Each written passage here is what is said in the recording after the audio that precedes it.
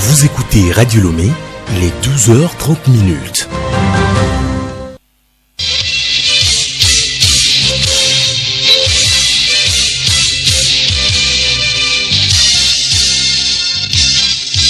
Magazine pluriel. Juliette Kamde.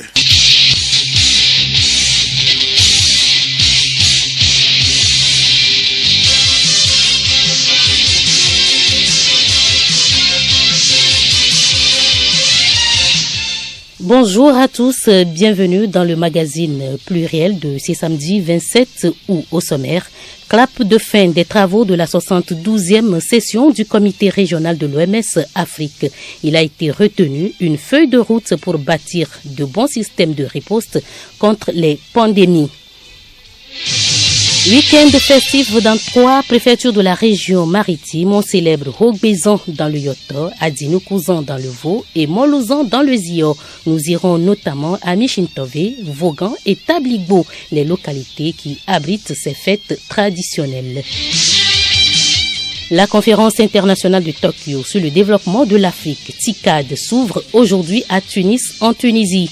Le Japon dit vouloir développer un partenariat de qualité en veillant à ne pas surendetter les pays hôtes, en allusion à la Chine. En invité, nous aurons d'abord Dakon Ndanizé. Il est le ministre de la Santé du Rwanda. Il nous parlera de la contribution de la médecine traditionnelle de l'Agence africaine de médicaments. En second lieu, Koda Labara du syndicat des reporters d'images revient sur la place de la photographie à l'heure du digital. Les autres rendez-vous du magazine pluriel, la revue de presse et les échos du palais.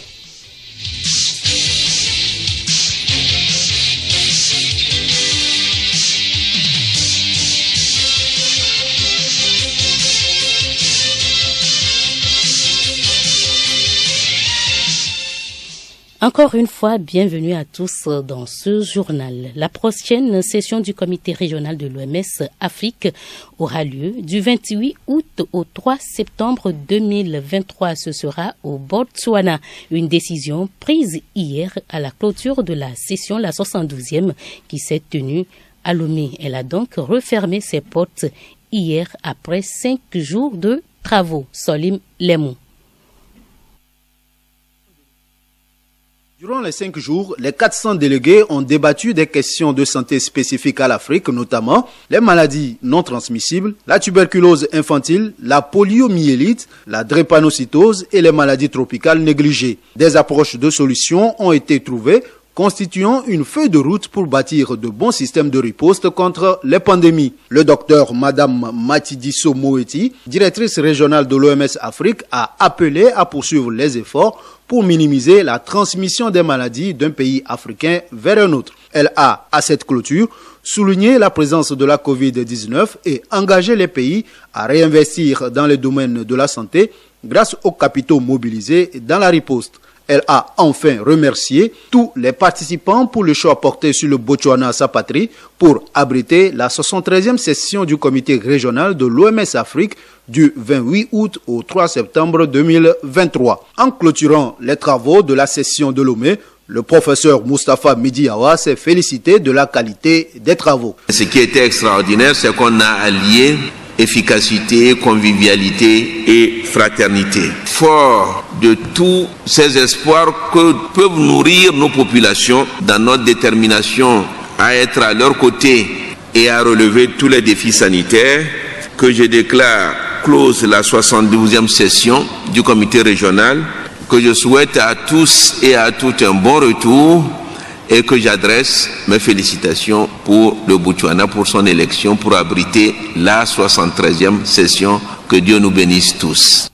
Je vous propose à présent quelques impressions de certains délégués à la clôture donc de cette session de Lomé hier. Félicitations. Voir un pays francophone organiser une telle activité, ça donne que la fierté et la joie. Et nous ressentons grandir par les actions qui ont été menées. Ça a été une très bonne opportunité. Je veux en profiter pour remercier l'État du Togo qui nous a vraiment fait profiter de son savoir-faire en matière d'accueil. Le président était là à l'ouverture. Il a fait venir également des membres de son gouvernement pour la clôture. C'est une symbolique de l'intérêt de tous les pays d'Afrique qui ont été invités ici. Nous avons assisté à une extraordinaire session, une des meilleures sessions. Nous avons été impressionnés, nous sommes sortis réconfortés, régaillardis des échanges qui ont été liés de cette session. Et nous allons dupliquer les expériences, beaucoup du Togo. Nous avons unanimement reconnu que cette session a été différente. Non seulement par la profondeur des sujets que nous avons abordés, la qualité des échanges et surtout, évidemment, l'hospitalité qui a été réservée à l'ensemble des délégations. De la santé aux fêtes traditionnelles, Adino cousin aux fêtes de la moisson. Nous sommes dans la préfecture de Vaud. La fête Adino cousin est en ce moment dans ses grands moments. Il s'agit donc d'une période de retrouvailles des fils et filles de la localité pour exprimer leur reconnaissance aux mânes des ancêtres et aux dieux de la terre pour l'abondance des récoltes. Adino cousin, Pacom Johnson, est sur les lieux. Toutes nos excuses pour cet élément sonore. La suite de cette édition, je vous présente d'abord ce communiqué. Le ministre de l'Enseignement supérieur et de la Recherche rappelle que les bourses du gouvernement togolais pour études à l'étranger, les bourses de coopération, sont accordées aux étudiants togolais dans le souci de renforcer le tissu socio-économique du pays en compétences nécessaires pour son développement. À cet effet, tous les boursiers en formation à l'étranger sont invités à signer une fiche d'engagement à revenir servir le Togo à la fin de leur formation. La fiche est disponible à la direction des bourses et stages DBS ou téléchargeable sur la site de la DBS et doit être renseignée puis retournée à l'adresse qui y est indiquée dans les meilleurs délais. La dite fiche est nécessaire pour l'effectivité de la bourse de chaque étudiant. C'est maintenant que nous allons passer au communiqué qui a trait donc au préavis de grève de l'Union des syndicats des contrôleurs aériens et c'est avec Pacom Johnson si la technique est prête.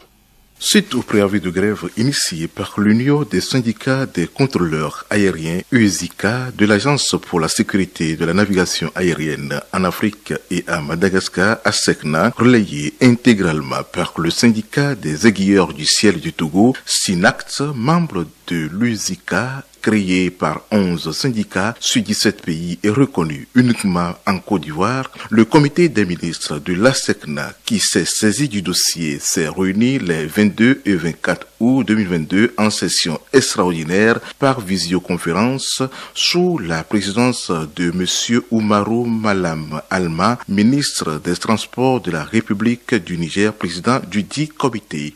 L'ordre du jour a porté essentiellement sur l'analyse de la situation liée au préavis de grève lancé par l'USICA.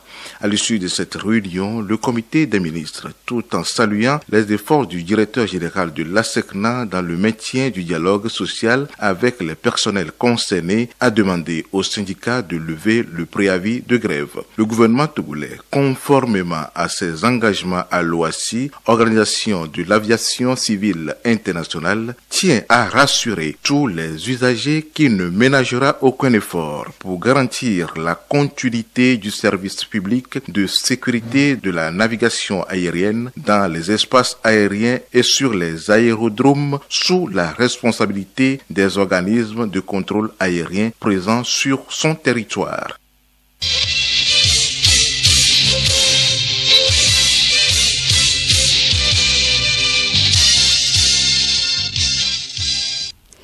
Nous parlons fête traditionnelle. C'est aujourd'hui également l'apothéose de la 36e édition de la fête traditionnelle Rogbezan à Tabligbo.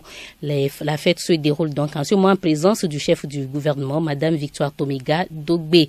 Une fête de retrouvailles des natifs de la préfecture de Yoto destinée à remercier les mânes des ancêtres pour les récoltes abondantes. Les temps forts de cette célébration sont entre autres le passage des groupes folkloriques de la préfecture, l'exhibition de l'exode des Wachi et de Yoto, la remise des diplômes d'honneur au cadre de la préfecture pour leur contribution au développement de leur localité et la remise d'une moto à Miss Rogbezan. Toutes ces manifestations se déroulent sous le regard admiratif de Madame le Premier ministre Victoire Tomiga Dogbe. Et je vous le disais, il n'y a pas tantôt, je vous le disais donc, à Dinou-Couzan, c'est également la fête des moissons, cette fois dans la préfecture de Vaud. Elle est célébrée donc ce samedi, moment de retrouver également des fils et filles de la localité pour rendre grâce à Dieu et aux mânes des ancêtres. Nous allons revenir sur les éléments sonores de toutes ces fêtes célébrées ce samedi parce qu'il y aura également Molouzan à Michintove.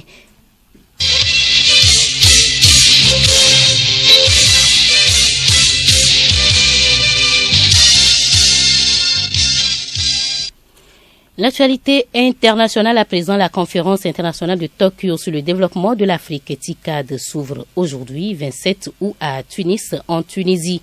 Le Japon dit vouloir instaurer un vrai partenariat avec l'Afrique en mettant l'accent sur le développement, sur les investissements du secteur privé plutôt que des financements publics au développement et de continuer par ailleurs à former en Afrique des experts à la gestion des risques et de la dette publique.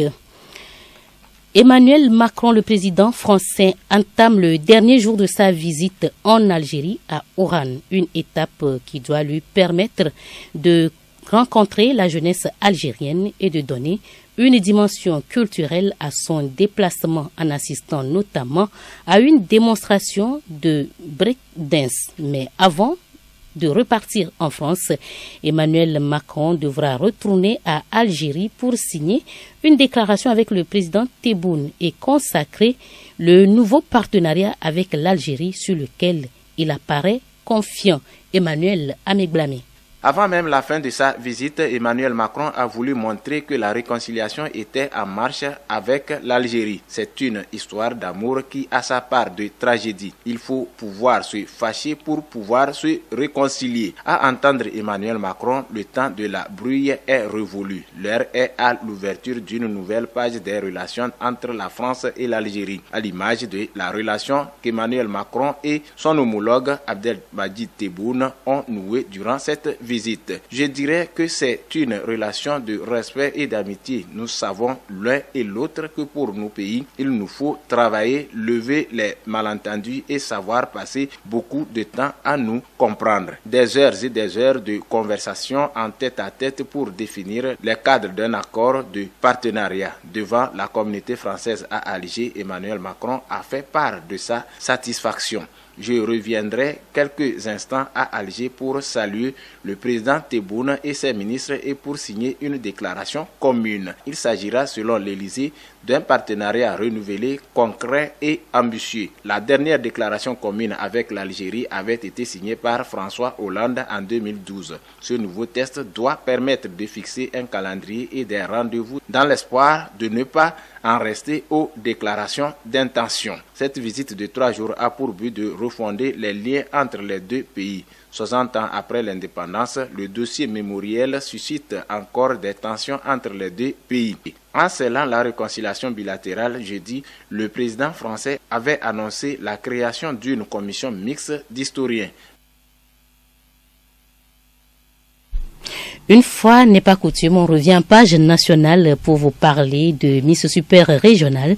Mademoiselle Senouvo Edem Ayele Sarah a donc été élue Miss Super Régionale la nuit dernière. À Lomé, c'est à l'issue d'une compétition qui a regroupé 35 candidates de la région des Plateaux, de la Maritime et de Grand Lomé. Grâce Goto. Elles étaient toutes resplendissantes et brillaient de 1000 feux. Le jury n'a pas eu la tâche facile pour départager les 35 candidates. Après leur présentation et le développement de leur métier de rêve comme question unique à toutes les candidates, les filles ont défilé en maillot de vérité et exécuté la danse du terroir. C'est suite à ces différentes sorties que le jury a déclaré Mademoiselle Senouvo Edem Ayele Sarah, 23 ans, 1m77, étudiante en 2e année d'assistante de gestion, Miss Super Régionale Lomé. Elle a pour première dauphine Koudouor Ayoko Robert et deuxième dauphine Kamasa Grace Benedicta. La couronnée Super Régionale 2023 a exprimé sa joie à l'issue du délibéré. Je suis vraiment contente d'être la reine de la Miss Super Régionale Lomé. Je remercie le comité Miss Togo de m'avoir couronnée ce soir. Ce qui me reste à faire, c'est de fournir beaucoup d'efforts pour la finale. Le spectacle riche en couleurs et en sons a drainé un grand public pour admirer et encourager les candidates. La Miss, la première dauphine, la dauphine, tous ceux qu'ils ont sélectionnés aujourd'hui, le public a adoré, le public a acclamé. Elles sont tous magnifiques ce soir. Nos attentes sont tellement comblées, nous sommes fiers. La salle a sauté de joie quand ils ont appelé certains numéros que nous attendions, nous espérons. On est très fiers. Le président du comité national Miss Togo, Gaspard Baka, est satisfait du déroulé de la manifestation. C'est plutôt une soirée sympathique, à mon avis. Ça s'est plutôt bien passé. Organisateur que je suis plutôt satisfait. On ne peut pas danser, s'apprécier. Pour moi, c'est bon. Si je les ai retenus pour concourir, pour moi, c'est dans l'ensemble plutôt acceptable. Une fois que les résultats sont acceptés par le public, ça nous honore. Et nous allons maintenant nous atteler à l'organisation de la finale qui aura lieu le 10 décembre. 12 autres candidates complètent le podium pour la grande finale nationale de décembre prochain.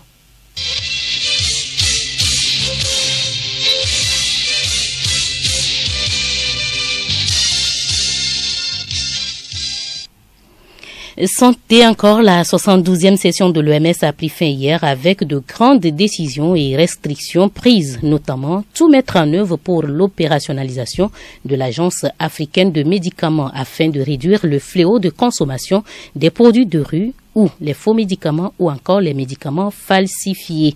Nous recevons en invité Dakon Ndanizé Daniel, ministre de la Santé du Rwanda. Il nous dit au micro de Alice Berthe Barandao l'apport de la médecine traditionnelle à l'Agence africaine de médicaments. Bonjour monsieur. Bonjour madame. Voilà, le projet de création de l'Agence africaine de médicaments est salué par presque tous les pays africains.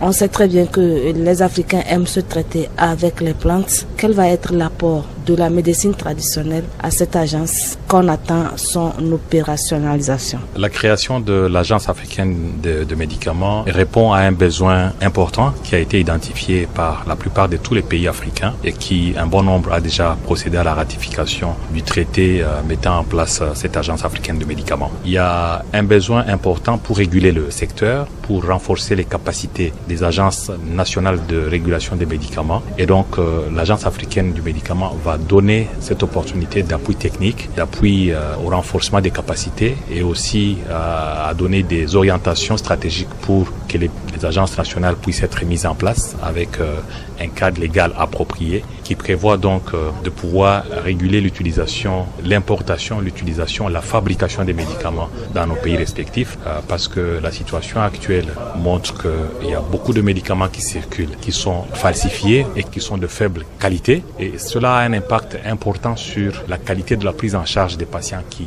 viennent à l'hôpital et qui parce que traités par des médicaments qui ne répondent pas aux normes, ont donc des résultats qui ne sont pas nécessairement appropriés et du coup risquent de perdre confiance en la capacité de notre système de santé à pouvoir les traiter, soigner correctement et qu'ils puissent rétablir la santé. Cela dit, vous avez parlé de la médecine traditionnelle et comment elle va profiter de la création. Quel va être son apport pour cette agence? Voilà, donc l'agence au niveau africain travaille avec les agences nationales.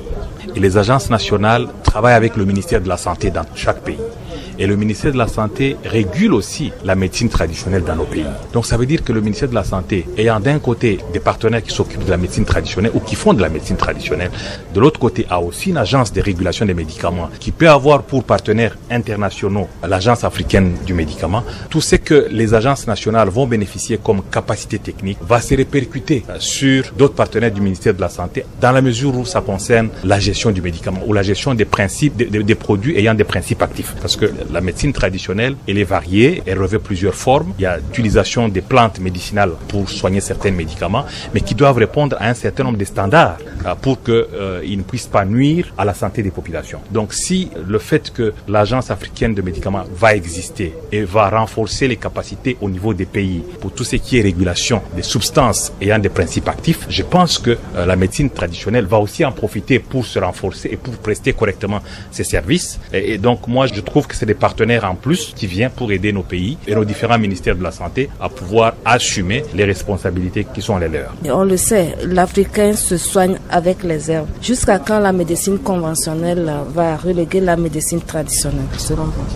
Moi, je ne pense pas qu'on parle de compétition ou de chercher à remplacer telle ou telle médecine moderne, remplaçant la médecine traditionnelle. Je crois que chaque forme de médecine a sa part de responsabilité et d'apport pour ce qui est du bien-être de la population. Mais il va sans dire qu'il faut quand même qu'on puisse aussi reconnaître qu'il y a des avancées que la médecine moderne a pu établir, qui formalisent, qui donne des principes actifs sur des doses correctement quantifiées, des effets secondaires qui ont été suivis, qui peuvent être... Ce qu'on n'a pas nécessairement, il faut qu'on le reconnaisse aussi au niveau de notre médecine traditionnelle. Vous avez des praticiens qui ont une expérience empirique des plantes médicinales qui ont un effet sur la santé, mais il faudra aussi moderniser. Il y a même moyen de collaborer avec eux pour que ces plantes qui ont des principes actifs pouvant avoir un effet thérapeutique puissent être exploitées de manière industrielle par nos industries pharmaceutiques, parce que même les plantes, les médecines modernes que nous avons, ce sont la plupart, un bon nombre, sont fabriquées sur base des principes actifs qui ont été identifiés et comment dirais-je, extraits de nos plantes. Donc il y a toujours de la complémentarité entre la médecine traditionnelle qui peut servir d'une banque d'informations sur des plantes qui ont des propriétés actives, des principes actifs, quitte à ce que l'industrie pharmaceutique puisse travailler avec eux et moderniser ce qu'ils savent faire et ce qu'ils ne savent pas faire. Parce qu'il y a des choses qu'ils savent faire, il y a des choses aussi qu'ils ne savent pas faire, notamment quantifier dans une cuillère d'une solution de médecine traditionnelle qui représente la quantité du principe actif, qu'est-ce qui est substrat, qu'est-ce qui est additionnel, qu'est-ce qui n'est pas utile. Donc c'est des choses, c'est des voies d'amélioration, c'est des pistes de collaboration où nous pouvons avoir les deux secteurs travailler ensemble. Bien dit, on veut maintenant savoir, c'est vrai, vous avez vu l'apport de la médecine traditionnelle. Dans la salle, on ne trouve pas des représentants de la médecine traditionnelle. Pourquoi l'OMS n'a pas associé cette branche de traitement? Non, je pense que c'est un problème de calendrier et d'agenda assez surchargé. Mais sinon, dans les faits de tous les jours, dans nos ministères de la Santé, partout, vous y trouvez qu'il y a une unité qui s'occupe de réguler la médecine traditionnelle. Et là, sa place, comme je l'ai dit, elle ne sera pas exclue par quoi que ce soit. Elle peut être plutôt renforcée, modernisée, pour que les services qu'elle rende puissent être des services répondant à certains standards internationaux. Merci, monsieur. Merci.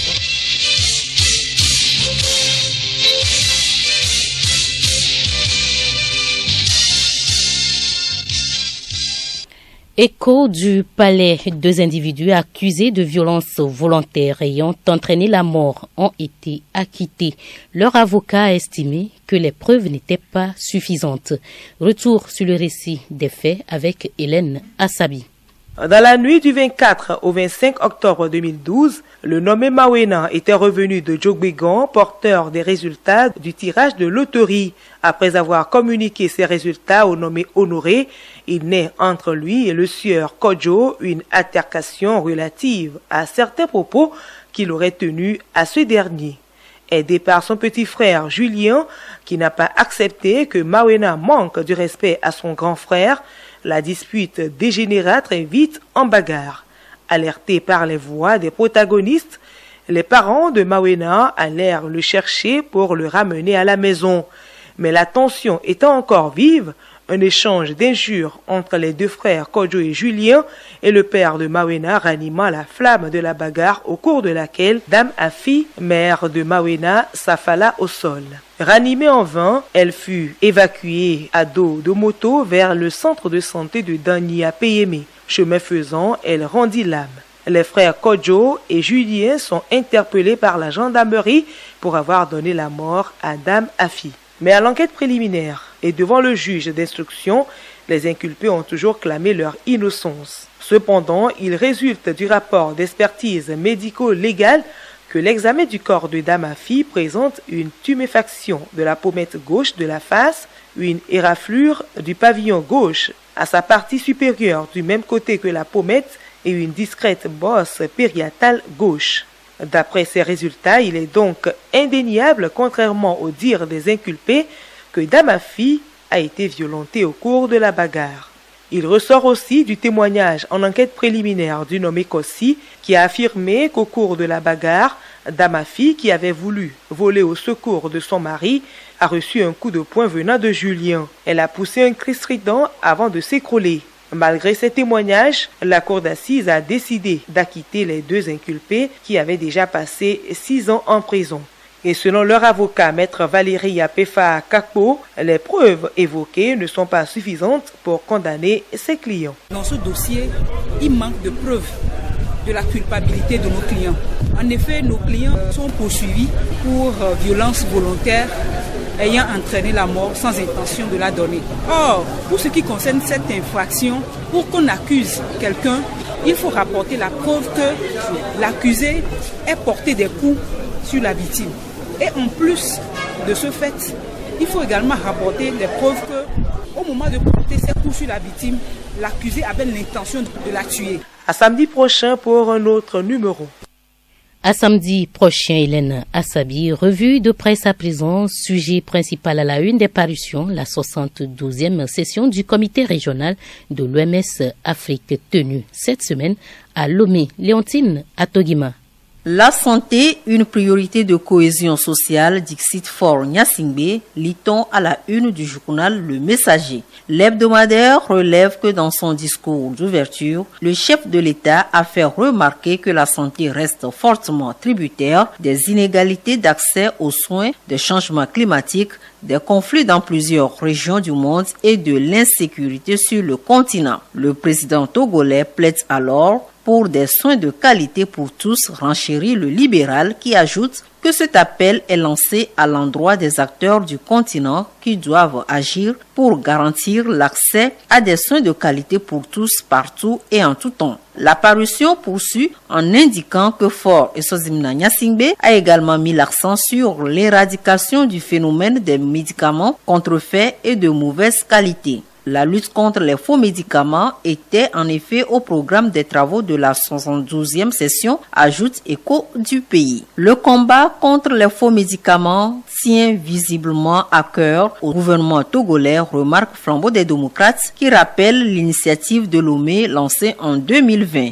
La 112e session de l'OMS est donc une occasion pour le Togo de plancher à nouveau sur le sujet, de partager avec les autres pays les dernières informations actualisées sur le phénomène et les meilleures pratiques mises en œuvre pour une lutte efficace. L'Union pour la patrie revient sur cette déclaration du chef de l'État, je cite, « La santé est une priorité de cohésion sociale que nous avons placée au cœur de notre politique de développement. » Fin de citation. Le bi-hebdomadaire estime que l'occasion était trop belle pour que les efforts du gouvernement dans le domaine de la santé ne soient pas portés à la connaissance des délégués de cette session de l'OMS Afrique à Lomé. Justement, ces efforts du gouvernement, notamment l'élimination de 4 maladies tropicales négligées, lui a valu une distinction de l'Organisation mondiale de la santé, relate Dunia Le Monde.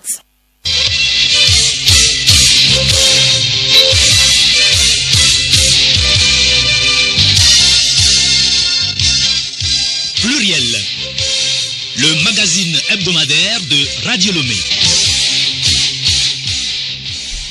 Cette édition s'achève. Merci à vous qui l'aviez suivi. Sachez qu'on célèbre ce week-end Hogbezan à Tabligbo dans la préfecture de Yoto, à Dinoukouzan, à Vaughan, préfecture de Vaud, et Montlouzan à Michintove, préfecture de Zio. Nos reporters reviendront sur ces différentes fêtes dans nos prochaines éditions. Clap de fin des travaux de la 72e session du comité régional OMS Afrique. Il a été retenu une feuille de route pour bâtir de bons systèmes de riposte contre les pandémies. Et puis, la conférence internationale de Tokyo sur le développement de l'Afrique, TICAD, s'ouvre ce samedi à Tunis, en Tunisie. Le Japon dit vouloir développer un partenariat de qualité en veillant à ne pas surendetter les pays hôtes.